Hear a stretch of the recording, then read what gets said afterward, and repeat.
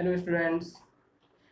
हम लोग पिछले वीडियो में हम लोग पढ़े थे कि फिजिकल क्लासिफिकेशन ऑफ मैटर हम लोग पढ़ रहे थे। और फिजिकल क्लासिफिकेशन में हम लोग फिजिकल क्लासिफिकेशन कर लिए थे और केमिकल क्लासिफिकेशन ऑफ मैटर पढ़ रहे थे, जिसमें हम लोग पढ़े थे कि केमिकल मैटर को अगर हम लोग केमिकली क्लासीफाई करते हैं तो हम लोग उसको दो पार्ट में डिवाइड करते हैं, प्योर मैटर और इम्प्योर मैटर।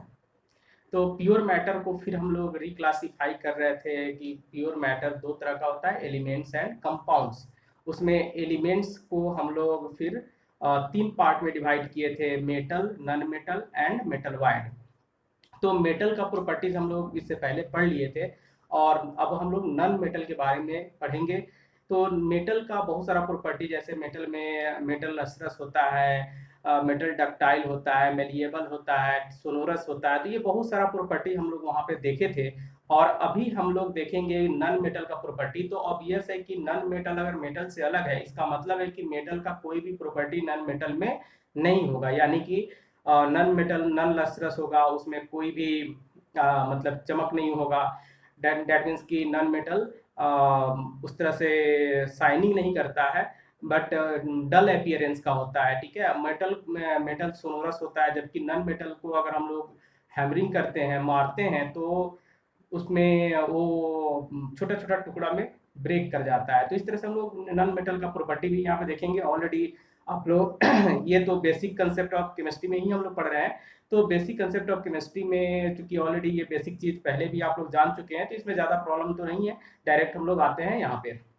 तो इसमें देखिए नॉन मेटल्स, यहाँ पे हम लोग देखेंगे metal do not show the properties. Non metal क्या होगा? मेटल का कोई भी प्रॉपर्टी एक्सिबिट नहीं करेगा। जैसे इसमें non metals are generally brittle होगा। नॉन मेटल हम लोग देखते हैं कि ब्रिटल का मतलब होता है कि इसको अगर हम लोग हैमरिंग करेंगे तो ये छोटा छोटा पीस में ब्रेक कर जाएगा। तो ये नॉन मेटल का प्रॉपर्टीज हो गया। नॉन लस्ट्रस होगा, इसमें नॉन मेटल में कोई भी शाइनिंग नहीं होगा।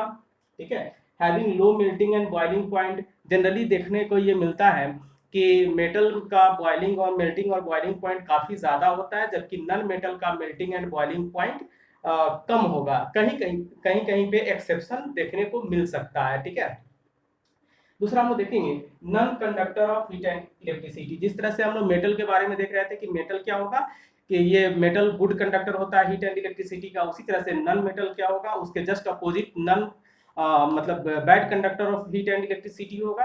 ठीक है, या हम लोग कहेंगे नॉन कंडक्टर होगा। तो लेकिन इसमें एक एक्सेप्शन आता है, वो है आपका ग्रेफाइट, जो पेंसिल में लगा हुआ होता है। ठीक है, वो लकड़ी वाला पेंसिल में, तो उसको हम लोग ग्रेफाइट बोलते हैं, या फिर बैटरी में लगा हुआ होता है। तो ये गुड कंडक्टर होता है और काफी अच्छा कंडक्ट करता है इलेक्ट्रिसिटी को। तो इस बात को ध्यान रखना है कि ये मतलब गुड कंडक्टर होगा, यानी कि एक्सेप्शनल है। नॉन मेटल होते हुए भी ये एक्सेप्शनल है। ठीक है, तो इस तरह से ये ग्रेफाइट हो गया जो एक्सेप्शन है। ठीक है, उसके बाद एक capable of forming volatile hydride. Volatile hydride का मतलब क्या है? सबसे पहले ये समझना है कि हाइड्राइड क्या होता है। कोई भी एलिमेंट जब हाइड्रोजन से रिएक्ट करता है, तो हाइड्रोजन से रिएक्ट करने के बाद जो कंपाउंड फॉर्म करता है, उसको हम लोग उसका हाइड्राइड बोलते हैं। जिस तरह से हम लोग बोलते हैं कि कोई भी एलिमेंट अगर ऑक्सीजन से कंबाइन करा तो ऑक्साइड बना। जैसे मैग्नीशियम ऑक्सीजन से कंबाइन करता है तो मैग्नीशियम का ऑक्साइड फॉर्म होता है, कार्बन ऑक्सीजन से करेगा तो कार्बन का ऑक्साइड फॉर्म होगा। उसी तरह से अगर कोई भी एलिमेंट हाइड्रोजन से रिएक्ट करके जो कंपाउंड फॉर्म करता है, उसको हम लोग बोलते हैं हाइड्राइड। ठीक है, तो मेटल का जो हाइड्राइड था वो नॉन वोलाटाइल था, जबकि नॉन मेटल का जो हाइड्राइड होगा, यानी कि कोई भी नॉन मेटल अगर हाइड्रोजन से रिएक्ट करता है तो उसका जो हाइड्राइड फॉर्म होता है, वो हाइड्राइड नॉन वोलाटाइल होगा। वोलाटाइल का मतलब कि जो इजिली इवोपरेट हो जाए। ठीक है, तो इस तरह से ये वोलाटाइल हाइड्राइड फॉर्म करेगा, इजिली इवोपरेट होने वाला। रिएक्ट विद ऑक्सीजन, ऑक्सीजन से अगर रिएक्ट करता है तो ये क्या करेगा? एसिडिक ऑक्साइड्स, एसिडिक या फिर न्यूट्रल ऑक्साइड फॉर्म कर सकता है। हम लोग इससे पहले मेटल्स में ऑलरेडी देख चुके थे कि मेटल अगर किसी ऑक्सीजन से मतलब मेटल अगर ऑक्सीजन से रिएक्शन करता है तो मेटालिक ऑक्साइड फॉर्म होता है। और उस मेटल के ऑक्साइड्स का अगर हम लोग नेचर देखेंगे तो वो मेटल का ऑक्साइड्स वाटर से रिएक्शन करने के बाद वो अल्कली में चेंज हो जाता है। अल्कली मतलब कि बेस में चेंज होता है, मतलब कि कि अगर मेटल का ऑक्साइड्स बेसिक नेचर का था, उसी तरह से अगर हम लोग नॉन मेटल के ऑक्साइड्स की बात करेंगे, नॉन मेटल अगर ऑक्सीजन से रिएक्ट करेगा तो उसका जो ऑक्साइड्स फॉर्म होगा वो ऑक्साइड्स एसिडिक नेचर का होता है या न्यूट्रल नेचर का होता है। तो हम लोग मोस्टली नॉन मेटल का ऑक्साइड्स एसिडिक होता है और कुछ कुछ ऐसा होता है जो न्यूट्रल होता है। जैसे हम लोग एग्जाम्पल के तौर पे देखेंगे कि कार्बन और ऑक्सीजन, कार्बन नॉन मेटल है और ऑक्सीजन से अगर कंबाइन करेगा तो ये CO2 का फॉर्मेशन करेगा, ठीक है। तो ये एसिडिक ऑक्साइड्स है, यानी कि इसको अगर हम लोग कहेंगे तो ये CO2 एसिडिक है। और कैसे हम लोग कोई भी ऑक्साइड्स को पता करेंगे कि ये एसिड है या बेस है, तो सिंपली है उसको अगर हम लोग वाटर से रिएक्ट करा दे तो वाटर से रिएक्ट करने के बाद अगर वो एसिड में एसिड फॉर्म कर रहा है तो इसका मतलब कि वो ऑक्साइड एसिडिक नेचर का है। जैसे CO2 और वाटर ये दोनों रिएक्ट करके H2CO3 बना रहा है, जिसको हम लोग कार्बोनिक एसिड बोलते हैं या हाइड्रोजन कार्बोनेट बोलेंगे, ठीक है। और ये एसिड्स हो गया, यानी कि कार्बोनिक एसिड H2CO3, तो ये एसिड्स हो गया, ठीक है। उसी तरह से हाइड्रोजन अगर ऑक्सीजन से कंबाइन करता है तो हाइड्रोजन ऑक्सीजन से कंबाइन करने के बाद फिर आपका वाटर का फॉर्मेशन करता है, और वाटर न्यूट्रल एसिडिक है, ना तो एसिडिक है ना तो बेसिक है, यानी कि न्यूट्रल ऑक्साइड्स है, ठीक है। तो हम लोग यहाँ पे देखेंगे ये न्यूट्रल ऑक्साइड्स हो गया वाटर, और ये एसिड फॉर्म होगा। Do not evolve hydrogen from acids.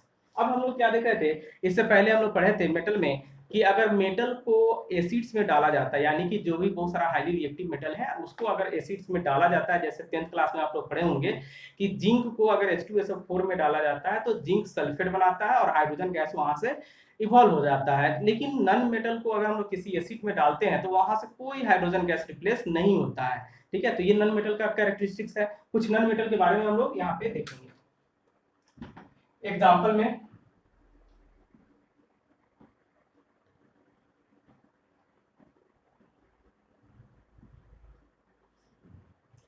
देखिए नॉन मेटल अगर हम आप पीरियोडिक टेबल में देखेंगे तो पीरियोडिक टेबल में तो सभी पूरा एलिमेंट्स के बारे में दिया हुआ है। तो पीरियोडिक टेबल में को जनरली हम लोग 4 पार्ट में डिवाइड करते हैं। एक होता है S block element, P block element, D block element and F block element. तो S ब्लॉक में से अगर हाइड्रोजन को हटा दें और D ब्लॉक और F ब्लॉक ये पूरा का पूरा मेटल्स है एक्सेप्ट हाइड्रोजन। और पी ब्लॉक में अगर हम लोग आएंगे तो पी ब्लॉक में कुछ मेटल्स भी मिलेगा, बीच में मेटल वाइड मिलेगा और लास्ट में नॉन मेटल्स मिलेगा, ठीक है। तो नॉन मेटल्स को अगर हम लोग देखेंगे तो कुछ नॉन मेटल्स सॉलिड स्टेट में मिलता है, कुछ नॉन मेटल्स लिक्विड स्टेट में मिलेगा और कुछ गैसियस स्टेट में मिलेगा। जनरली जो ब्रोमीन है वो ब्रोमीन लिक्विड स्टेट में मिलता है और वो सिंगल ऐसा नॉन मेटल है जो लिक्विड के फॉर्म में नॉर्मल रूम टेम्परेचर पे मिलता है। यानी कि हम लोग जो भी स्टेट ऑफ मैटर की बात करेंगे, जो भी स्टेट में कोई भी चीज की बात करेंगे वो प्रेजेंट यानी कि अर्थ पे जो टेम्परेचर अवेलेबल है, एटमॉस्फेयर की जो कंडीशंस है एसटीपी, उस कंडीशंस पे ही हमेशा हम लोग बात करेंगे, ठीक है। तो हम लोग यहाँ पे देखते हैं नेक्स्ट, इसमें है आपका कार्बन बोरॉन एग्जाम्पल में नॉन मेटल में। तो ये है carbon, boron, boron, phosphorus, sulphur, phosphorus, sulphur, selenium and iodine, ये पूरा सॉलिड फॉर्म में मिलता है, ये सॉलिड नॉन मेटल है। उसी तरह से नेक्स्ट उसके बाद हम लोग देखते हैं कि ब्रोमीन, ब्रोमीन ये लिक्विड है, लिक्विड फॉर्म में मिलता है। उसके बाद हम लोग देखेंगे कुछ जो एलिमेंट्स है जैसे nitrogen, nitrogen, fluorine, chlorine, hydrogen, helium, argon, krypton, xenon and radons and radon.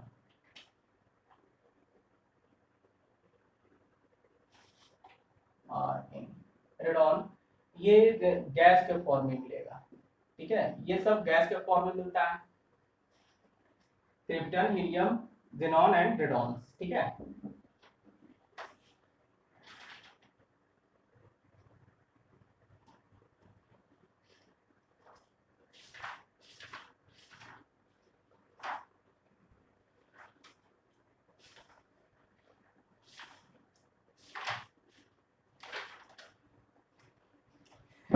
ये एनसीईआरटी बुक है 11th क्लास का, और 11th क्लास में एनसीईआरटी में आप देख सकते हैं कि ये सब यही इसी एलिमेंट की हम लोग बात कर रहे थे कि ये जो एलिमेंट्स है, ठीक है, ये एलिमेंट्स, इसको एस ब्लॉक एलिमेंट बोलेंगे, इसको हम लोग डी ब्लॉक, ये पूरा पी ब्लॉक, और नीचे वाला एफ ब्लॉक एलिमेंट्स, ठीक है।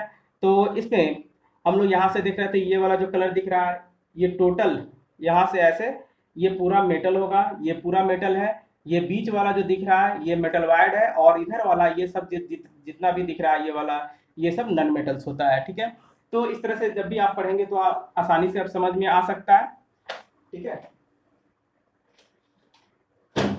नेक्स्ट प्रॉपर्टीज इसमें है नन मेटल्स का, कि कोई भी नन मेटल्स का जो, जैसे मेटल में हम लोग देखे थे कि मेटल का टेंडेंसी इलेक्ट्रॉन लूज करके केटायन बनने का टेंडेंसी होता है, यानी कि इलेक्ट्रॉन लूज करके अपना ऑक्टेट कंप्लीट करता है, जबकि नन मेटल्स क्या होगा, इलेक्ट्रॉन को गेन करके अपना ऑक्टेट कंप्लीट करेगा, ठीक है। यानी कि ये आसानी से इलेक्ट्रॉन लेने का टेंडेंसी इसके पास होती है। तो हम लोग यहाँ पे लिख सकते हैं नन मेटल गेन्स इलेक्ट्रॉन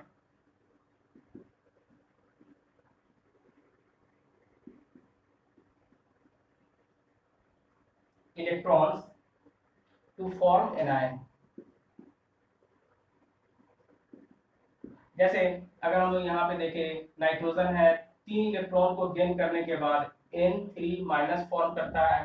उसी तरह से ऑक्सीजन है, 2 इलेक्ट्रॉन अगर लेगा तो इलेक्ट्रॉन पे माइनस चार्ज होगा, 2 इलेक्ट्रॉन गेन करेगा तो ऑक्सीजन पे 2 माइनस चार्ज आता है। उसी तरह से फ्लोरीन है, 1 इलेक्ट्रॉन गेन करेगा तो फ्लोरीन पे माइनस चार्ज होगा। तो इस तरह से ये एनायन फॉर्म करता है इलेक्ट्रॉन लेने के गेन करने के बाद। तो इलेक्ट्रॉन गेन करने के बाद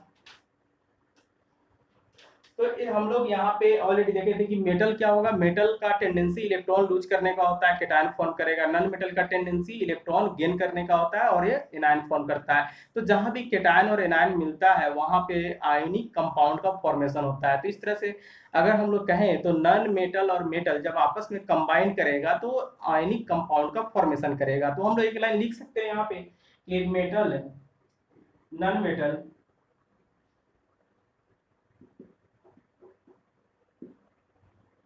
react with metal to form ionic compound, ठीक है। ये सब हम लोग आगे डिटेल केमिकल बॉन्डिंग में भी बहुत ज्यादा डिटेल देखेंगे। अब हम लोग आते हैं मेटल वाइड पे, ठीक है। तो ये हो गया आपका नन मेटल का प्रॉपर्टीज। अब हम लोग लिखेंगे इसमें थर्ड, वो है मेटल वाइड, ठीक है।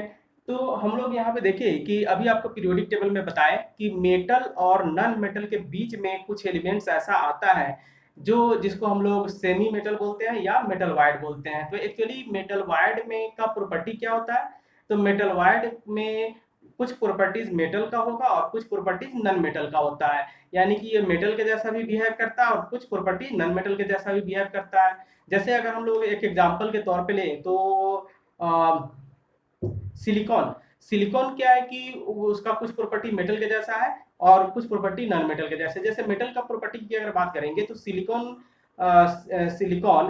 लस्ट्रस होता है, यानी कि उसमें बहुत दूर से ही हम लोग को चमक दिख जाता है, लेकिन वो बैड कंडक्टर होता है इलेक्ट्रिसिटी का। दूसरा हम लोग इसमें देखेंगे कि डेट मीन्स की वो उससे हम लोग नन डक्टाइल होगा, ठीक है, नन मेलिएबल होगा। तो ये सब नन मेटल का प्रॉपर्टीज हो गया, और जो लस्ट्रस प्रॉपर्टी है वो मेटल का हो जाएगा। तो इस तरह से नन मेटल वाइड क्या होगा, मेटल और नन मेटल के बीच का एलिमेंट हम लोग कर सकते हैं, यानी कि दोनों का कॉम्बिनेशन वाला एलिमेंट कर सकते हैं, ठीक है। तो हम लोग इसको लिख सकते हैं यहाँ पे नेक्स्ट मेटल वाइड का properties.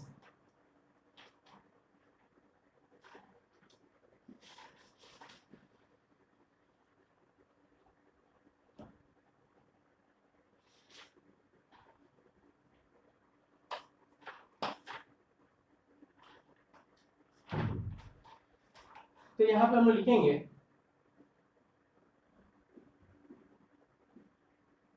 some elements which exhibit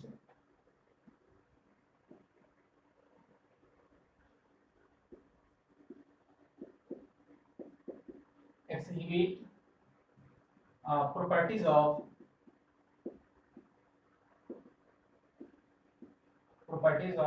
both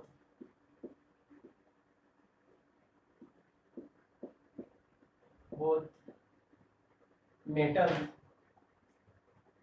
and non-metals, metals and non-metals are known as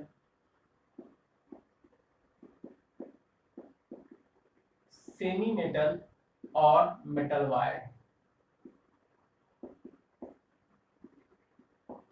semi metals और मेटल वायर्स, ठीक है। तो इसमें हम लोग देखेंगे कि कौन कौन सा मेटल यानी कि मेटल वायर्स होता है, कौन कौन सा एलिमेंट्स। तो इसमें मेटल वायर में जो एलिमेंट्स है वो है आपका सिलिकॉन, सिलिकॉन जिसका सिंबल SI होता है, सिलिकॉन हो गया, जर्मेनियम हो गया, Ge, उसी तरह से आर्सेनिक, AS, एंटीमनी,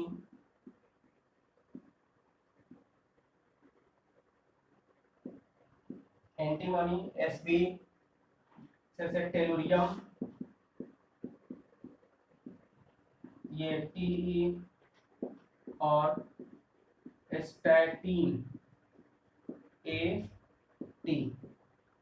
तो इस तरह से स्टैटिन हम लोग देखेंगे, ये वाला ये सब क्या है, सब मेटल वायर्ड है, ठीक है। और अभी जो बताया यहाँ पे कि कुछ प्रॉपर्टीज मेटल का होगा, कुछ प्रॉपर्टीज नॉन मेटल का होगा। जैसे सिलिकॉन के में अगर देखेंगे तो सिलिकॉन का प्रॉपर्टीज में क्या होगा, यहाँ पे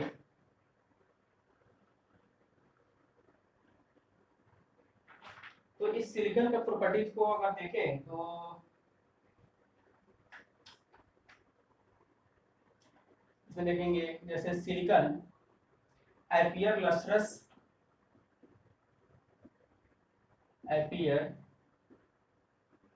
lustrous but it neither malleable nor ductile, but neither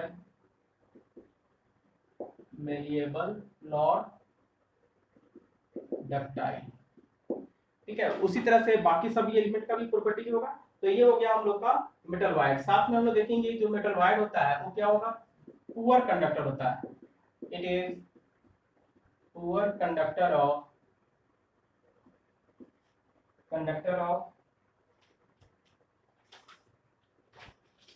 heat and electricity.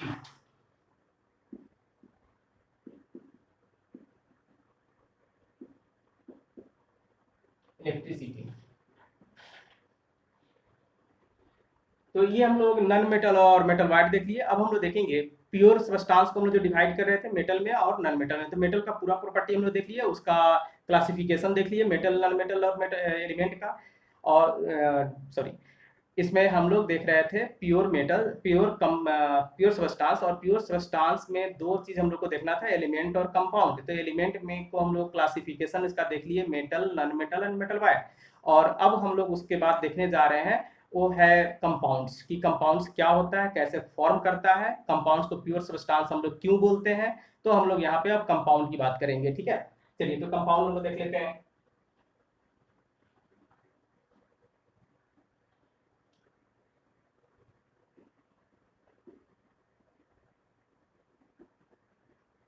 Compounds, actually compounds क्या होगा कि कंपाउंड्स दो या दो से अधिक एलिमेंट्स जब आपस में कंबाइन करता है किसी एक पार्टिकुलर फिक्स रेशियो में, तो उससे जो सब्सटेंस बनेगा उसी को हम लोग कंपाउंड्स बोलते हैं। दैट मीन्स कि जिस तरह से आप समझ सकते हैं कि जिस तरह से हम लोग अल्फाबेट्स पढ़ते हैं इंग्लिश में, उसी तरह से अल्फाबेट जब सभी हम लोग अल्फाबेट्स को एक दूसरे के साथ आपस में मिक्स करते हैं तो बहुत सारे वर्ड्स का फॉर्मेशन होता है, ठीक है। तो इस तरह से इतना सारा वर्ड्स बनता है कि हम लोग एक बड़ा सा डिक्शनरी में उसको असेंबल करते हैं।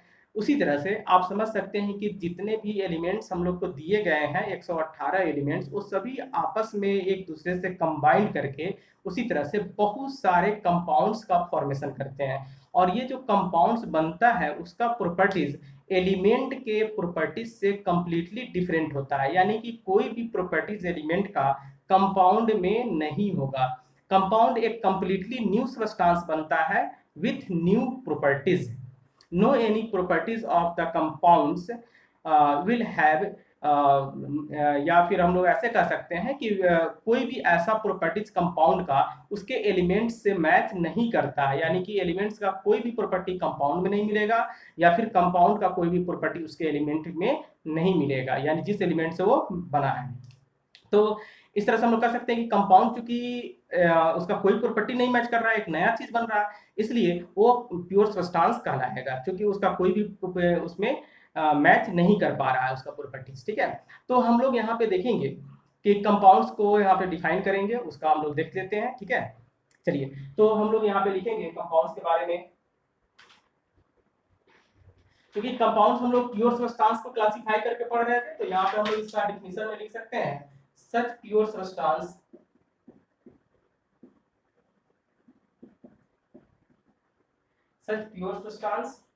which is composed of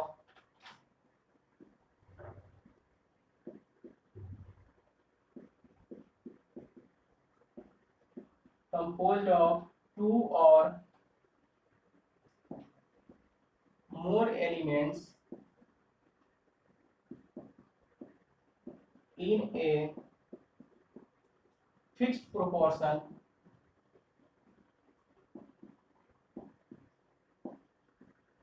by mass या by weight। एक्चुअली यहाँ पे थोड़ा सा ध्यान देना है कि केमिस्ट्री में मास और वेट लगभग हम लोग सेम लेते हैं, फिजिक्स में भले अलग हो सकता है, लेकिन केमिस्ट्री में जनरली मास भी बोलते हैं और वेट भी बोलते हैं। ठीक है, तो यहाँ पे हम लोग बाय मास और बाय वेट लिख सकते हैं। कंपाउंड्स कैन बी, और कंपाउंड्स जिस एलिमेंट से मिलके बना होता है उस एलिमेंट्स को फिर से हम लोग अलग कर सकते हैं, लेकिन हम लोग एक सुटेबल केमिकल मेथड अप्लाई करके ही उसको अलग कर सकते हैं। जैसे अगर हम लोग कहें कि हाइड्रोजन और ऑक्सीजन एक फिक्स रेशियो में मिलता है तो वाटर का फॉर्मेशन करता है, और वाटर का फॉर्मेशन तो हो जाता है, लेकिन वाटर को अगर हम लोग फिजिकल मेथड से अलग करना चाहे, हाइड्रोजन ऑक्सीजन को गर्म करके या फिर उसको कूल करके, मतलब ऐसे फिजिकली अगर हम लोग करना चाहें तो कभी उसको हम लोग हाइड्रोजन और ऑक्सीजन को अलग नहीं कर सकते हैं। जबकि अगर हम लोग इसको इलेक्ट्रोलाइसिस करा दें, ठीक है, करंट पास करा के अगर उसको हम लोग एक पार्टिकुलर मेथड से उसको इलेक्ट्रोलाइसिस कराते हैं तो वहां से हाइड्रोजन और ऑक्सीजन वहां अलग हो सकता है। यानी कि केमिकल मेथड से हम लोग उसको अलग कर सकते हैं, फिजिकल मेथड से कभी भी कंपाउंड्स में जो एलिमेंट्स है उसको अलग नहीं किया जा सकता है। ठीक है, तो हम लोग यहाँ पे लिख सकते हैं, एक लाइन लिख सकते हैं यहाँ पे,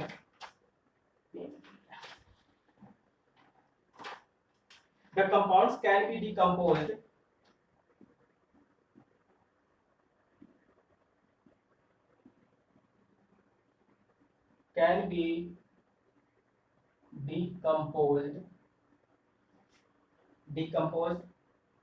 into their components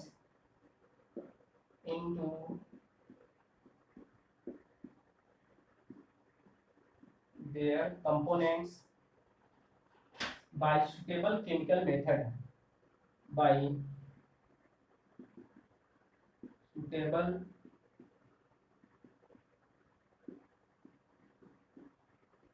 chemical methods and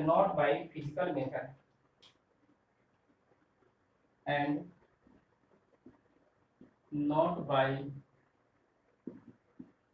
physical method, ठीक है। और ये जो कंपाउंड होता है, ये कंपाउंड क्या होता है, हमेशा होमोजीनियस होगा। Compounds are always homogeneous.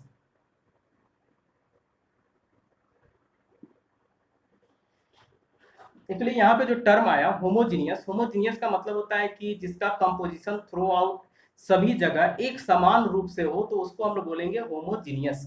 ठीक है, तो कंपाउंड्स कहीं भी हम लोग वाटर कहीं पे भी ले ले तो उस वाटर में हाइड्रोजन ऑक्सीजन का जो कंपोजिशन होगा, जो रेशियो होगा, वो हमेशा कहीं से भी वाटर लेके आएंगे उसमें हाइड्रोजन ऑक्सीजन का रेशियो हमेशा फिक्स होगा, उसका जो परसेंटेज होगा वो हमेशा फिक्स रहेगा। तो इसलिए हम लोग इसको बोलते हैं कि ये होमोजीनियस कंपाउंड, मतलब होमोजीनियस होता है, ठीक है। तो इस तरह से हम लोग यहाँ पे देखेंगे। नेक्स्ट, इट ऑलवेज कंटेन, तो हम लोग इसको बोल सकते हैं ऐसे,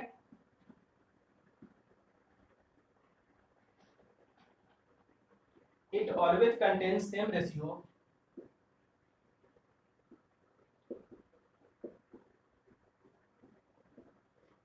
same ratio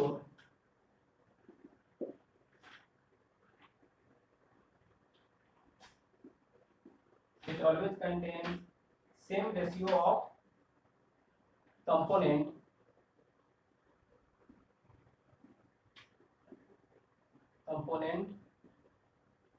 atoms।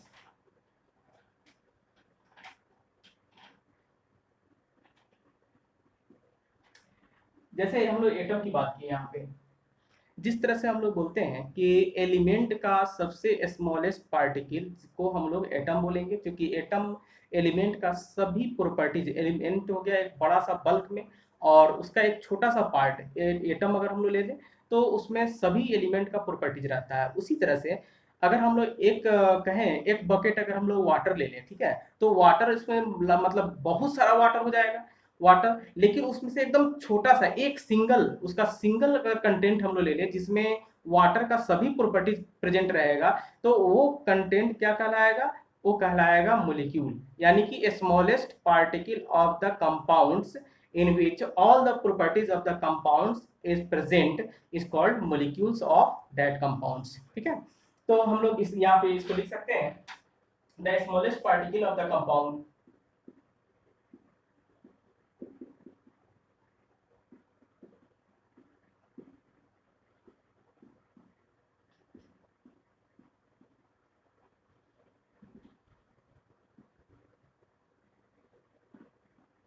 of the compound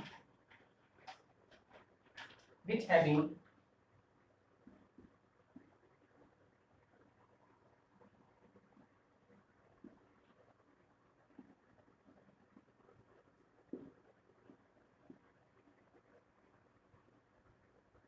all the properties of compound is called molecule, it's called molecule, ठीक है। तो मोलिक्यूल जैसे हम लोग एग्जांपल के तौर पे देखेंगे कि यहाँ पे हम लोग कहेंगे कंपाउंड्स, जैसे वाटर है तो वाटर का जो मोलिक्यूल है ये वाटर है, वाटर के मोलिक्यूल को हम लोग H2O से रिप्रेजेंट करते हैं। सभी कंपाउंड्स के मोलिक्यूल को हम लोग आसानी से रिप्रेजेंट कर सकते हैं उसके मोलिकुलर फार्मूला से। जैसे हम लोग यहाँ पे कुछ एग्जांपल लेते हैं, वाटर है तो वाटर एक कंपाउंड हो गया, इसके एक सिंगल मोलिक्यूल को हम लोग H2O से डिनोट करते हैं।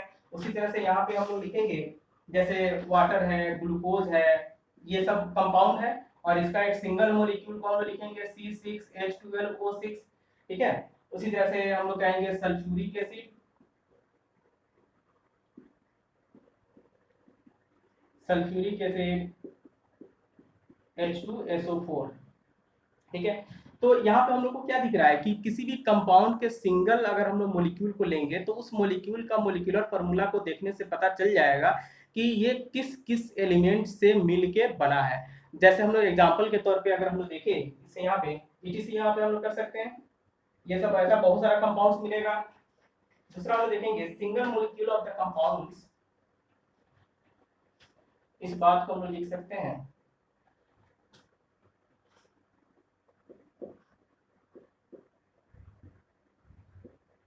single molecule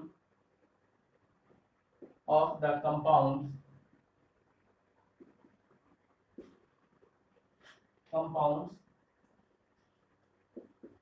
having two or more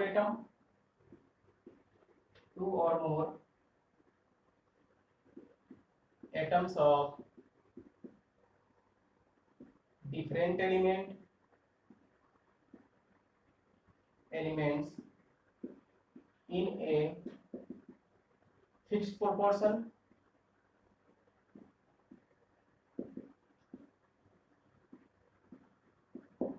proportion by mass. तो यहाँ पे हम लोग देखिए कि किसी भी कंपाउंड के अगर सिंगल मॉलिक्यूल को देखा जाए तो सिंगल मॉलिक्यूल में वो दो या दो से अधिक अलग अलग तरह के एलिमेंट के एटम से मिल के बने होते हैं, और उसमें सभी एलिमेंट के एटम का जो कंपोजिशन है वो हमेशा फिक्स रेशियो में रहेगा। चाहे कहीं से भी हम लोग उस कंपाउंड का एक सैंपल लेके आए, उसमें हमेशा जिस एलिमेंट से वो मिलके बना है उस एलिमेंट के मास या उसका कंपोजिशन का रेशियो हमेशा फिक्स रहेगा। ठीक है, जैसे एग्जांपल के तौर पे हम लोग देखते हैं यहाँ पे कि लेटेस्ट एग्जांपल वाटर मॉलिक्यूल। ठीक है, H2O मॉलिक्यूल की बात करेंगे तो H2O मॉलिक्यूल में क्या होगा, यहाँ पे इसको हम लिखेंगे तो हम लोग कहेंगे कि वाटर में क्या है, दो atom consist of two atom of, यहाँ पे लिख सकते हैं इसको, कंसिस्ट ऑफ, इसमें दो हाइड्रोजन का एटम एक ऑक्सीजन का एटम है, consist of two atom of hydrogen and one atom of oxygen. ठीक है, तो उसी तरह से और इसके मास का रेशियो अगर हम लोग देखेंगे तो यहाँ पे आप देखिए हाइड्रोजन यानी कि H2O की बात करेंगे तो दो हाइड्रोजन हो गया प्लस एक ऑक्सीजन का एटम हो गया। तो यहाँ पे वाटर में इससे अगर हम लोग देखें तो ये टू एटम दो हाइड्रोजन का जो अगर मास लेंगे तो इसका कितना हो जाएगा, इसके मास का रेशियो दो हाइड्रोजन एटम का मास 2 इंटू 1 AMU लिखेंगे, यानी कि ये हो गया किसका मास, एटॉमिक मास 2 AMU, और ऑक्सीजन का मास अगर लेंगे तो ये होगा 16 AMU, और दोनों का रेशियो वाटर मॉलिक्यूल में हाइड्रोजन का मास हो गया 2 AMU, क्योंकि एक हाइड्रोजन के एटम का मास होता है 1 AMU। ठीक है, तो दो हाइड्रोजन है तो 2 AMU, और एक सिंगल ऑक्सीजन का एटम है तो 16 AMU। दोनों का अब हम लोग रेशियो निकालेंगे तो ये रेशियो क्या होगा, जो भी आएगा वो कहीं से भी वाटर का मॉलिक्यूल लाएंगे उसमें हमेशा फिक्स रहेगा। ठीक है, तो इस तरह से हम लोग यहाँ पे लिख सकते हैं, इसमें therefore ratio of masses of hydrogen and oxygen in water molecule is equal to water molecule equal to hydrogen by oxygen हम लोग ले रहे हैं। तो हाइड्रोजन का मास है 2 AMU बाय 16 AMU, तो इसको हम लोग कैंसिल करेंगे तो कितना आएगा 1/8 इज इक्वल टू 1:8, और ये रेशियो हमेशा क्या होगा, फिक्स्ड रहेगा। कहीं से भी वाटर का मॉलिक्यूल लाएंगे हमेशा ये रेशियो 1:8 के फॉर्म में ही रहेगा। साथ में इसका नंबर अगर हम लोग देखेंगे तो हम लोग कहेंगे कि अगर वाटर का मॉलिक्यूल है तो हमेशा और हमेशा वहां पे दो हाइड्रोजन का एटम होगा और एक ऑक्सीजन का एटम होगा। उसी तरह से अगर हम लोग कहेंगे कि ग्लूकोज मॉलिक्यूल लेते हैं C6H12O6, तो ये ग्लूकोज कहीं से भी लाएंगे तो उसमें कार्बन का एटम 6 होगा, C6H12 हाइड्रोजन का 12 एटम और ऑक्सीजन का 6 एटम होगा। ठीक है, ये हमेशा फिक्स रहेगा। तो इस तरह से मॉलिक्यूल के बारे में हम लोग देखिए। नेक्स्ट उसके बाद देखेंगे, अभी हम लोग बात कर रहे थे कि कोई भी मॉलिक्यूल्स में यानी कि कंपाउंड्स में कोई भी ऐसा प्रॉपर्टीज नहीं है जो एलिमेंट के प्रॉपर्टी से मैच करता हो, यानी कि एलिमेंट का प्रॉपर्टी जिससे कंपाउंड बना है उसका और कंपाउंड का प्रॉपर्टीज कंप्लीटली एक दूसरे से डिफरेंट होता है। ठीक है, कोई नया चूंकि कंपाउंड जब भी बनता है तो क्या होगा, एक न्यू प्रॉपर्टी के साथ बनता है। ठीक है, तो हम लोग यहाँ पे लिख सकते हैं the properties of compounds, the properties of compound are totally different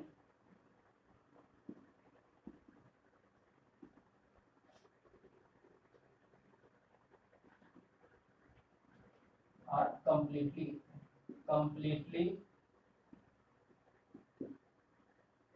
different from the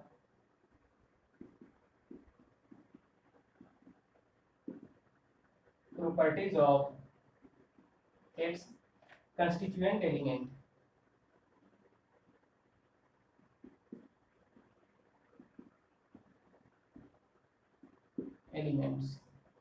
ठीक है, जैसे एग्जांपल के तौर पे अगर हम लोग देखें तो यहाँ पे हम लोग कहेंगे कि हाइड्रोजन, ये हाइड्रोजन है प्लस ऑक्सीजन है, ये दोनों के मिलने से यहाँ पे वाटर का मॉलिक्यूल बनता है। तो अगर हम लोग बैलेंस करेंगे तो यहाँ पे 2H2 लेना होगा और यहाँ पे क्या हो जाएगा 2H2O लेना होगा। अब ये बैलेंस हो गया। तो यहाँ पे हम लोग देखेंगे कि हाइड्रोजन, नॉर्मल हाइड्रोजन और ऑक्सीजन ये दोनों नॉर्मल रूम टेम्परेचर पे गैसियस फॉर्म में होता है, जबकि वाटर क्या हो गया लिक्विड फॉर्म में होता है। जैसे हम लोग कहेंगे कि ये गैसियस है, ये भी गैस के फॉर्म में है और ये नॉर्मल रूम टेम्परेचर पे लिक्विड के फॉर्म में होता है। इसका अगर हम लोग देखेंगे हाइड्रोजन का प्रॉपर्टीज, तो हाइड्रोजन क्या होता है, कंबस्टिबल होता है।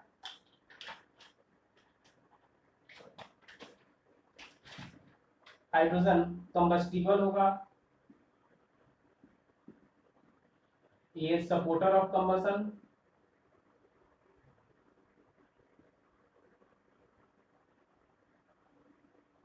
और ये यूज्ड इन फायर एक्सटिंग्विशर। ठीक है, यानी कि हाइड्रोजन हम लोग कहेंगे तो हाइड्रोजन क्या होता है कि हाईली ये कंबस्टिबल होता है, बहुत आसानी से जलता है और बहुत तेजी से जलता है। दैट मीन्स कि ये तो गैस है और फ्यूल के रूप में यूज भी होता है। तो हाइड्रोजन कंबस्टिबल होता है, जबकि ऑक्सीजन क्या होता है, कंबस्टिबल नहीं होता है, लेकिन ये किसी भी चीज के जलने को सपोर्ट करता है, सपोर्टर ऑफ कंबसन है। जबकि ये दोनों के कंबाइन करने से जो कंपाउंड बना वाटर, तो ये वाटर का मॉलिक्यूल क्या होता है, वाटर को यूज किया जाता है किसके लिए, फायर एक्सटिंग्विश करने के लिए, आग को बुझाने के लिए। तो इस तरह से हम लोग कहेंगे कि हाइड्रोजन और ऑक्सीजन का एक प्रॉपर्टी अलग है, जबकि वाटर का प्रॉपर्टी जो दोनों से मिलके बना उसका प्रॉपर्टीज कंप्लीटली डिफरेंट है। ठीक है, तो इस तरह से हम लोग कह सकते हैं कि जो कंपाउंड बन रहा है वो अपने एलिमेंट के प्रॉपर्टीज से कंप्लीटली डिफरेंट होता है, इसमें कोई दिक्कत तो नहीं होनी चाहिए। ठीक है, नेक्स्ट उसके बाद हम लोग देखते हैं यहाँ पे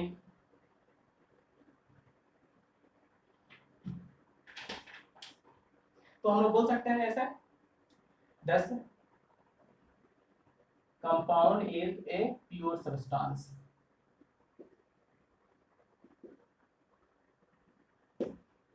प्योर सब्सटेंस। अब हम लोग यहाँ पे बात करेंगे टाइप्स ऑफ कंपाउंड्स की।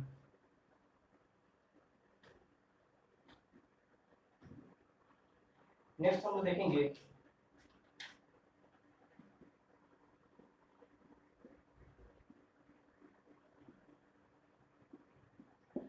Types of compounds.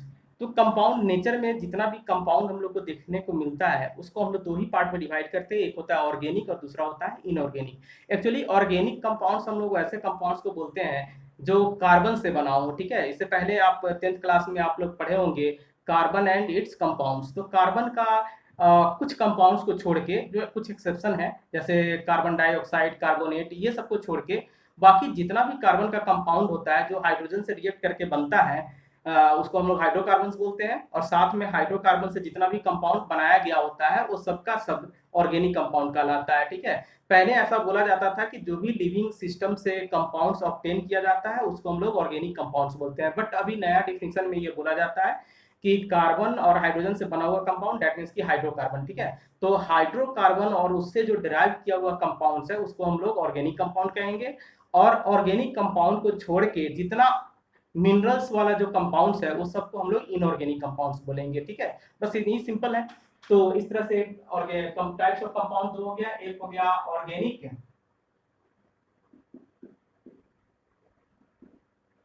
Organic compounds. तो ऑर्गेनिक कंपाउंड हम लोग बोलते हैं द हाइड्रोकार्बन्स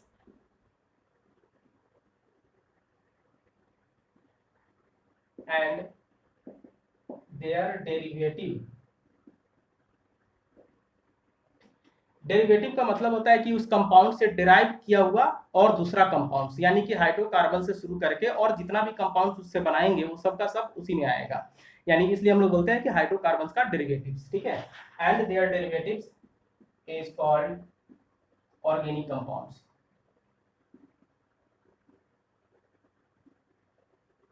जैसे एग्जांपल के तौर पे अगर हम लोग देखें तो यहाँ पे आप लोग पढ़े होंगे पहले की 10th क्लास में पढ़े होंगे, जैसे मीथेन हो गया CH4 मीथेन, C2H6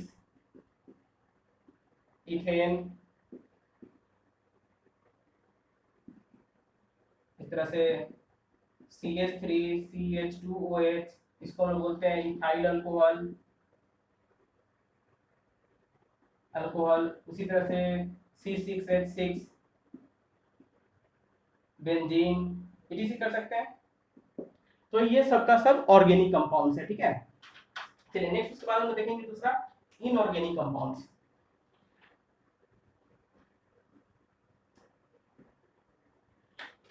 और यहाँ पे लिखेंगे इनऑर्गेनिक कंपाउंड्स। तो इनऑर्गेनिक कंपाउंड्स हम लोग किसको बोलेंगे? तो यहाँ पे हम लोग लिख सकते हैं the compounds other than the compounds other than organic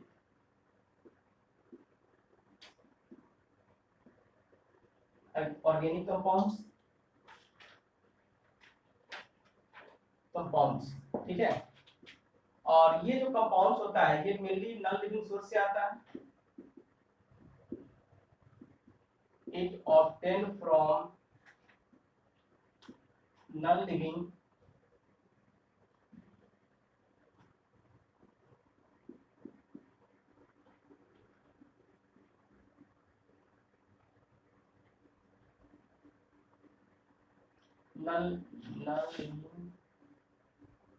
non-living source such as rocks and minerals etc। जैसे एग्जांपल के तौर पे हम लोग देख सकते हैं बहुत सारा, जैसे 10th क्लास में तो आप लोग ऑलरेडी पहले से भी पढ़े होंगे कि इनऑर्गेनिक कंपाउंड्स किसको बोलते हैं, जैसे जो भी मिनरल्स और रॉक से ऑब्टेन किया जाता है। जैसे आप लोग एसिड में भी पढ़े थे कि मिनरल एसिड्स जैसे H2SO4 KCl, ये सब क्या है KCl NaCl, ये सब इनऑर्गेनिक कंपाउंड्स है, ठीक है। तो हम लोग यहाँ पे सिंपल लिख सकते हैं एग्जाम्पल में, जैसे NaCl हो गया, KCl हो गया, H2SO4 H2SO4 NH3 etc, ये सब इनऑर्गेनिक कंपाउंड्स कहलाएंगे, ठीक है। तो हम लोग यहीं तक अभी आज हम लोग यहीं तक रखते हैं, और उसके बाद इस हम लोग को पढ़ना है नेक्स्ट में, ये हम लोग प्योर सब्सटेंस के बारे में पूरा कंप्लीटली पढ़ लिए। अब हम लोग दूसरे क्लास में पढ़ेंगे इसके आगे इम्प्योर सब्सटेंस के बारे में, ठीक है। तो इम्प्योर सब्सटेंस किसको बोलते हैं, यानी कि मिक्सचर के बारे में उसका क्लासिफिकेशन करेंगे, और प्रॉपर्टीज ऑफ मैटर को फिर हम लोग नेक्स्ट क्लास में पढ़ेंगे, ठीक है। तो आप लोग क्या कंटिन्यूअस बने रहिए और चैनल को सब्सक्राइब कीजिए।